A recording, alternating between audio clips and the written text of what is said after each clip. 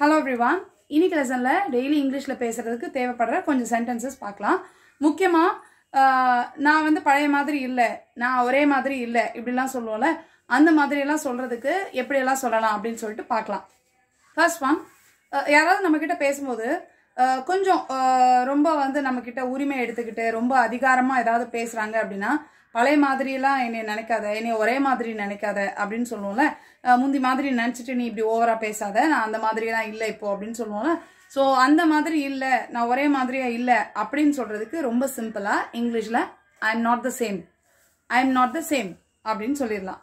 Next one, புது restaurant பழைய restaurant மாதிரி இல்ல அப்படினு சொல்றதுக்கு the new restaurant is not the same as the old one.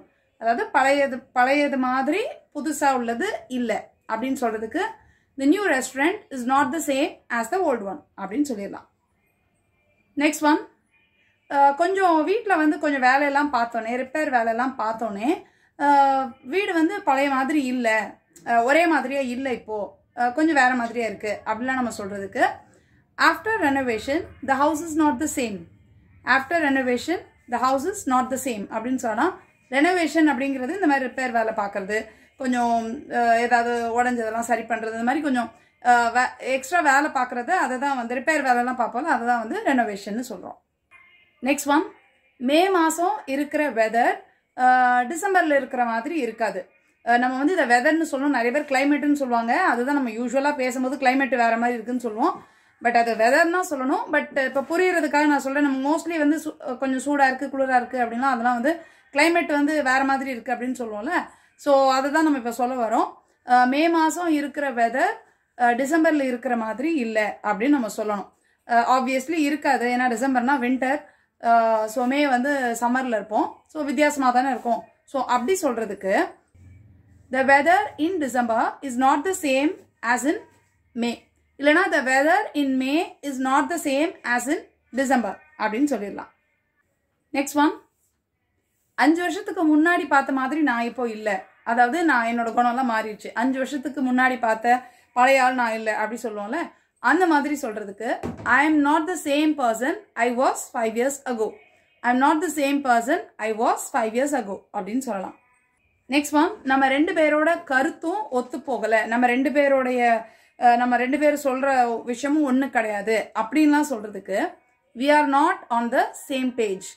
we are not on the same page அப்படின்னு சொல்லிடலாம்.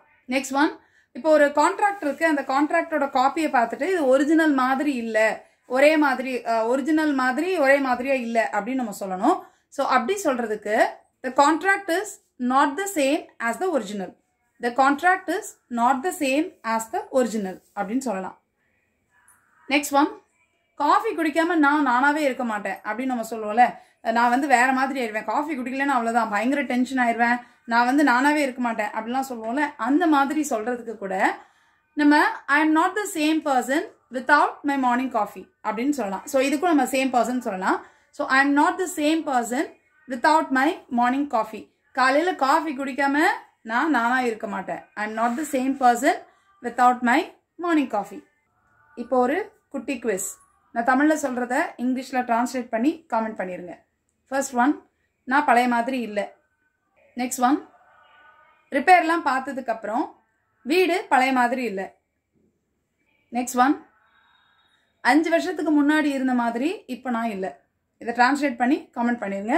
இங்கிலீஷ் கத்துக்கிற உங்க ஃப்ரெண்ட்ஸ் அண்ட் ஃபேமிலி மெம்பர்ஸ்க்கு இந்த வீடியோ மறக்காம ஷேர் பண்ணுங்க. I'll meet you in the next lesson. Thank you. Bye.